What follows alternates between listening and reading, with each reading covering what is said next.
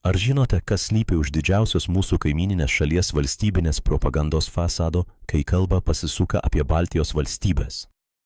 Kol Rusijos televizijos ekranuose kiekvieną vakarą liejasi neapykanta ir panieka mūsų broliams latviams, užkulisiuose vyksta visiškai priešingi, tiesiog šokiruojantys procesai. Faktai yra tokie, kad vidutinės grandies Rusijos valdininkų, kurie iki sankcijų įvedimo slapta supirkinėjo prabangų nekilnojamąjį turtą Jūrmaloje ir Rygos apylinkėse, skaičius oficialiąją statistiką viršija net kelis kartus. Šis dviveidiškumas nėra atsitiktinumas. Tai yra raktas į supratimą, kaip iš tikrųjų veikia rusiškas imperinis mąstymas. Mes, lietuviai, dažnai analizuojame savo pačių santykius su rytų kaimynų, lygindami Vilniaus ir Maskvos geopolitinės trajektorijas, tačiau būtent per Latvijos prizmę atsiskleidžia patys giliausi, patys tikriausi Rusijos visuomenės kompleksai. Latvija jiems yra lyg lakmuso popierėlis, atskleidžiantis tai, ko jie patys savo nedrįsta pripažinti. Šiandien mes atliksime gilę, faktais ir skaičiais paremtą analizę apie tai, ką rusai iš tiesų galvoja apie Latviją ir kodėl šis požiūris yra tobulas veidrodis, atspindintis ir jų požiūrį į mus, lietuvius. Visų pirma, turime suprasti istorinį ir psichologinį kontekstą.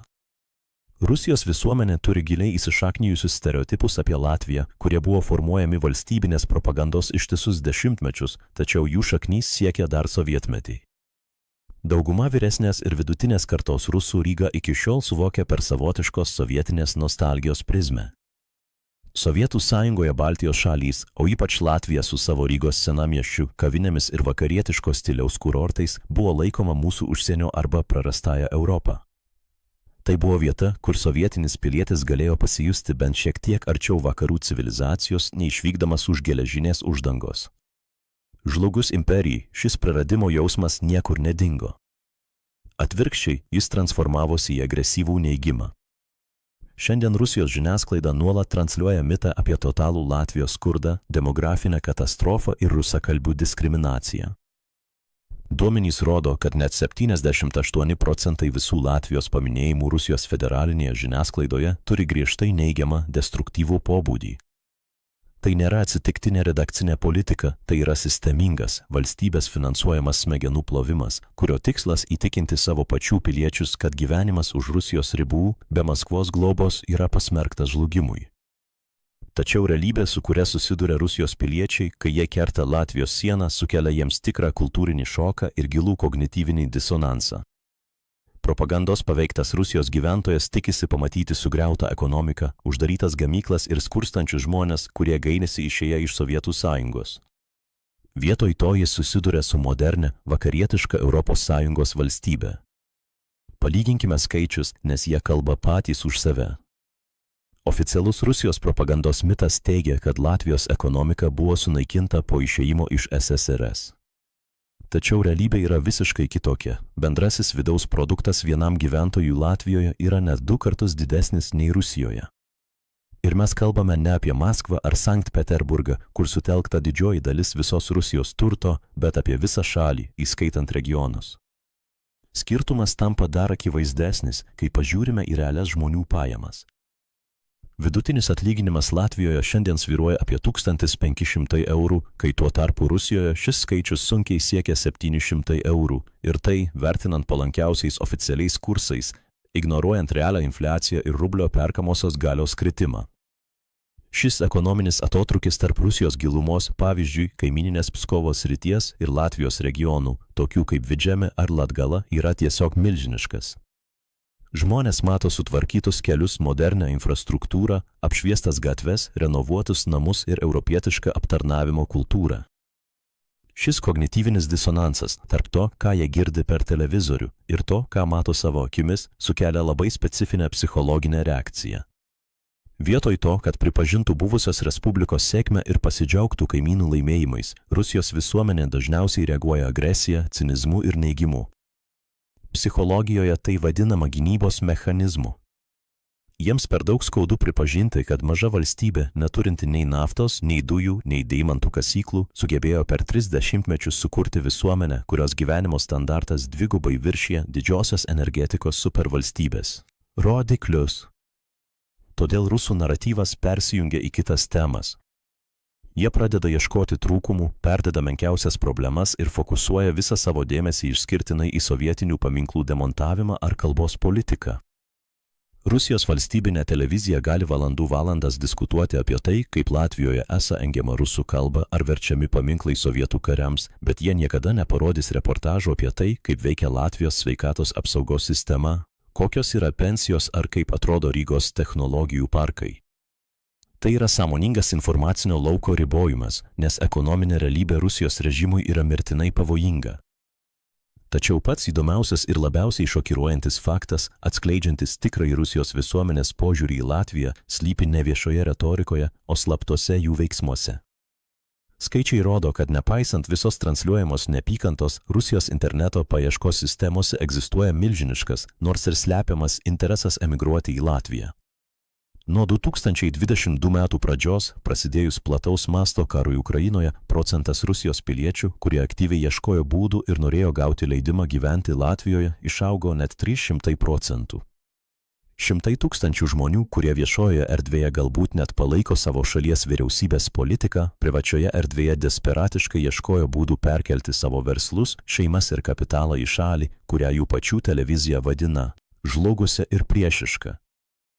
Tai yra absoliutus rusiškojo mentaliteto paradoksas. Jie nekenčia vakarų, jie šaiposi iš ES, bet savo ateitį, savo vaikų mokslus ir savo santaupas jie nori laikyti būtent ten. Šiame kontekste Latvija suvaidino dar vieną labai svarbų istorinį vaidmenį.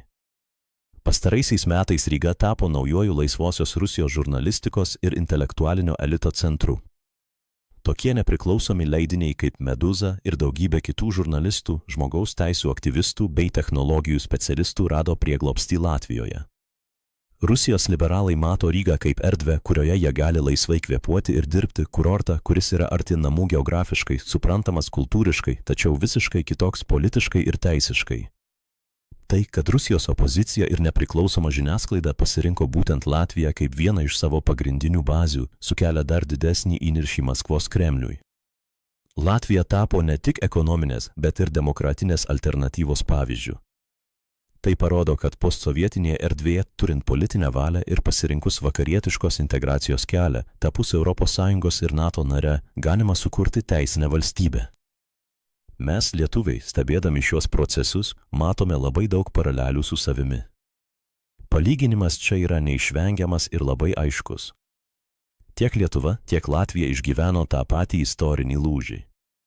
Mes kartu stovėjome Baltijos kelyje, kartu atkūrėme nepriklausomybę, perėjome skausmingas ekonominės reformas 90-ame dešimtmetyje ir kartu įstojome į elitinius vakarų klubus ES ir NATO. Šiandien Lietuvos bendrasis vidaus produktas, augimo tempai ir pritrauktos užsienio investicijos dažnai netgi viršija Latvijos rodiklius, ypač finansinių technologijų ir startuolių sektoriuose, kur Vilnius tapo vienu iš Europos lyderių. Mes tapome regiono ekonominių lokomotyvų. Todėl Rusijos požiūris į Latviją iš esmės yra požiūris į mus visus. Jų transliuojamas pavydas Rygai yra lygiai toks pat, kaip ir pavydas Vilniui ar Talinui. Rusijos imperinė sąmonė tiesiog nepajėgia apdoroti fakto, kad tautos, kurias jie laikė savo jaunesniaisiais broliais ar netgi provincijomis, dabar gyvena nepalyginamai geriau, laisviau ir saugiau už patį vyresnį brolį. Pažvelkime giliau į pačią neapykantos anatomiją. Kodėl Rusija taip specifiškai bijo ir nekenčia Baltijos šalių sėkmės? Viskas susiveda į pavyzdžio galią. Jei sėkmingai gyvena Vokietija ar Prancūzija, Rusijos eiliniam piliečiui tai galima paaiškinti istoriniais skirtumais, kitokia kultūra ar atstumu. Tačiau kai sėkmingai, turtingai ir be jokios korupcijos policijoje ar teismuose gyvena šalis, kuri dar prieš 30 metų buvo toje pačioje sistemoje, kuri neturi nei Sibiro turtų, nei milžiniškos teritorijos, tai griauna patį Rusijos valstybingumo pamatą. Latvijos sėkmė įrodo, kad Rusijos skurdas, korupcija ir atsilikimas nėra nulemti geografijos ar likimo, tai yra tiesioginė prasto, kleptokratinio valdymo pasekmė. Būtent todėl Latvija rusams tampa trigeriu, aktyvuojančiu jų pačių nerealizuotas europinės ambicijas.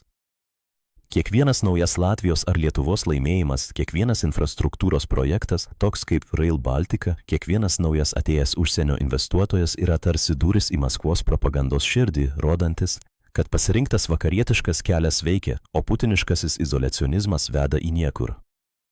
Šis paradoksas tarp oficialiosios neapykantos ir buitinio kasdienio pavydo yra esminis faktorius, norint suprasti, kaip rusai apskritai mato mus, Baltijos šalių žmonės.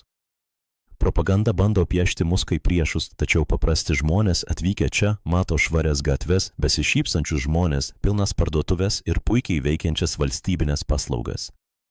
Jie mato, kad niekas čia gatvėse nepuola žmonių vien dėl to, kad jie kalba rusiškai, dar vienas mitas, kurį Kremlius naudoja bandydamas konsoliduoti savo visuomenę. Realybė yra tokia, kad Latvijoje ir Lietuvoje pagarba žmogaus teisėms ir laisvėms yra nepalyginamai aukštesnėme lygyje nei pačioje Rusijoje. Ši laisvės atmosfera traukia kaip magnetas ir būtent todėl matome tą neįtikėtiną 300% augimą prašymuose gauti leidimus gyventi. Viena yra šaukti apie supuvusius vakarus sėdint prie televizoriaus apšiurusiame bute kažkur už Uralo ir visai kas kita – norėti užtikrinti stabilę ateitį savo vaikams teisinėje valstybėje, kurioje gerbiama privati nuosavybė. Ką visa tai reiškia mums, lietuviams? Pirmiausia, tai yra patvirtinimas, kad mūsų pasirinktas kursas po 1990-ųjų buvo absoliučiai teisingas. Kiekviena reforma, net ir pati skausmingiausia, atsipirko dešimteriopai. Mes tapome ne tik nepriklausomi, bet ir ekonomiškai stiprus, aplenkdami savo buvusius okupantus šviesmečiais.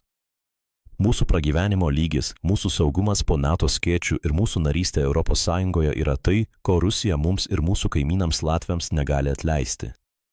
Antra, mes turime suprasti, kad ši kaimyno transliuojama agresija nėra kildinama iš jo stiprybės. Atvirkščiai, tai yra jo silpnumo, kompleksų ir nerealizuotų svajonių išraiška.